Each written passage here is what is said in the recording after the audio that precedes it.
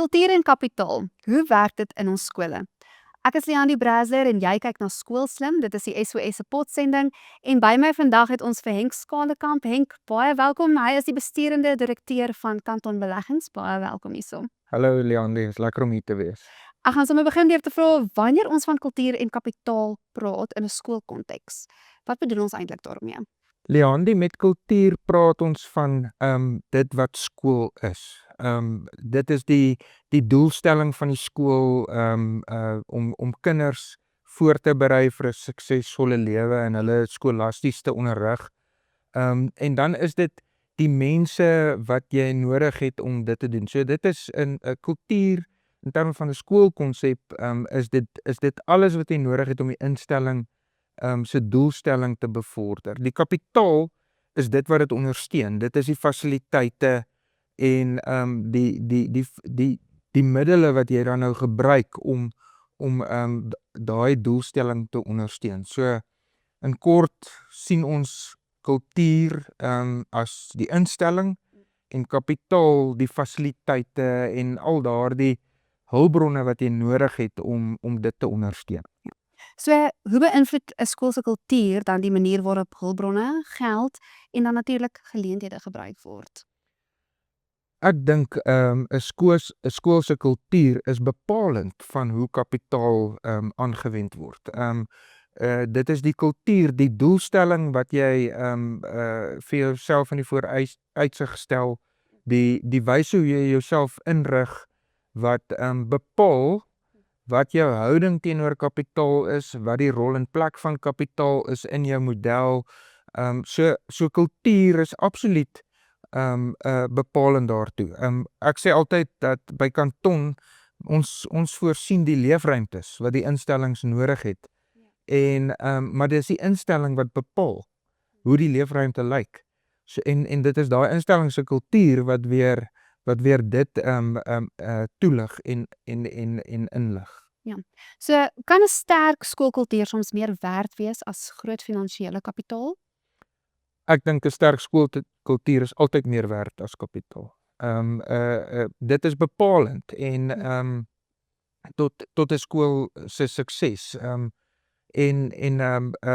Ja, so kultuur of die kultuur van 'n skool is absoluut rigtinggewend tot die aanwending van die kapitaal en bepalend. Jy weet, so dis altyd belangriker. Ja, en dit is nogals iets wat ons Afrikaanse skole regtig het, is 'n sterk kultuur oor die algemeen. Ons Afrikaanse skole oor die algemeen het 'n baie sterk kultuur en ek onderskei dit altyd. Jy weet, ons is in die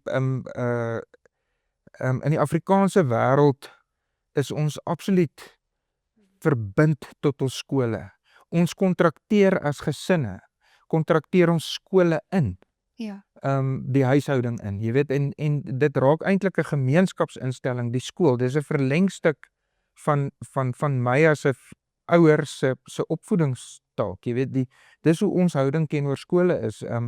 Terwyl in die meer baie Engelse, baie liberale omgewings, staatsomgewings, word kinders ongelukkig uitgekontrakteer aan die skool.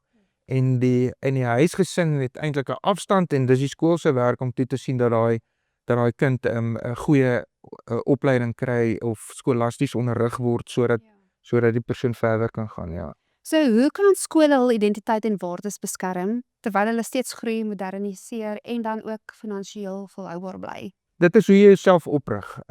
Jy moet so ons sit nou in 'n scenario waar ons Afrikaanse skole nou eintlik openbare skole is en jy word deur wetgewing nou bedreig en al daai tipe van dinge.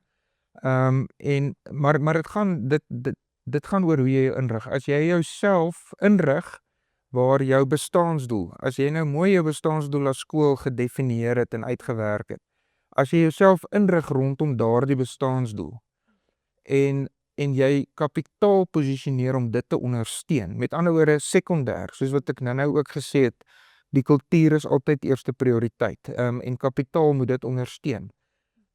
Dan kan jy 'n model bou wat volhoubaar is oor die lang duur. by Kanton en ons is nou verhoudings met Akademia en Soltech, want ons bou hulle fasiliteite. Ons bou hulle kampusse en ons besit hulle kampusse.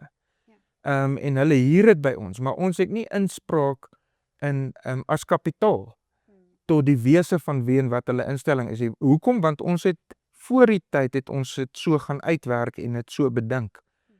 So jy moet jou eerste prioriteite daarstel. As jou eerste prioriteite, as jy privatiseer byvoorbeeld en jy wil 'n opbrengs vir jou beleggers gee as skool, dan word dit jou eerste prioriteit. Dan begin kapitaal eintlik dit te lei. En julle kan maar gaan kyk, die kykers na skole wat 'n opbrengs op hulle vir aandeelhouers moet lewer, teenoor skole wat maatskappye sonder winsoogmerke is, wat die opbrengs eintlik die kind se resultate is. Daai skole se fasiliteite is meestal meer ondersteunend tot die doelstelling van die skool, terwyl as jy opbrengs moet lewer op die uitsette, dan is kinders eintlik sekondêr tot die doelwitte. Ja. Jy het nou eintlik dit so bietjie beantwoord, maar hoe sorg ons dat kapitaal nie die kultuur begin oorheers nie, maar dit versterk? As ek 'n perd en sy wa kan vat om hierdie voorbeeld dit te verduidelik. Maak die perd die skool. Maak die perd die instelling en laat die instelling die wa trek. En moenie die wa voor die perd inspan nie. As die wa voor die perd ingespan word, dan stel jy jouself bloot daaraan dat kapitaal eintlik jou kan begin lei in dit wat jy wil bereik. En ons het dit in ons geskiedenis in die bestaande bestel wat ons nou nog is op hierdie punt in tyd wat Afrikaanse onderwys nou betref en so, het ons dit nog altyd reg gekry en my vermoede is dat ons dit in die toekoms weer gaan reg kry.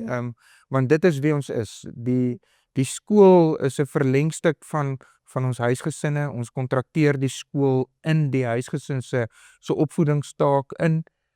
Ons kontrakteer nie kinders uit nie. En as dit die vertrekpunte is, het ek baie groot moed en hoop daarvoor dat ons dit ook reg sal pak in die toekoms.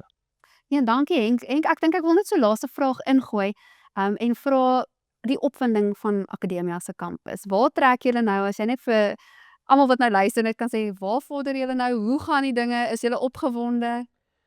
Ja, kyk, ons is op hierdie punt in tyd volstoom aan die gang met die bouwerk van die kampus. Ons het op 12 Januarie het ons die terrein oorhandig aan die hoofkontrakteur en hulle het nou begin om fondasies te gooi en die pilare te bou. Op die akademiese kampus is daar 4 reusagtige huiskrane en die koshuise is in aanbou, die fondasies is gegooi, die toegangspaaie word, die hekke van gebou, die heininge word opgerig en ja, so dit is absolute opwindende tyd.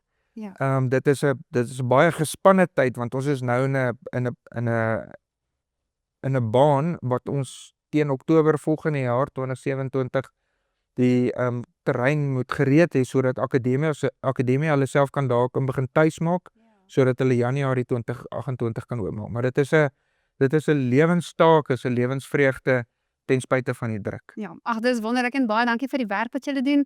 Ek wil sommer net sê as julle nou van hierdie video gehou het, stuur dit gerus aan vir enige iemand wat julle ken of vir julle skoolhoof as jy 'n onderwyser is of 'n ouer is. Stuur dit gerus aan dat almal hierna kan luister en volg ook die Solidariteit Skole ondersteuning op Facebook, Instagram, TikTok en dan ook op ons YouTube kanaal. Ek is Leandie Brazler en dit was ook Henk Skolekamp. Baie dankie en ons sien julle weer volgende keer.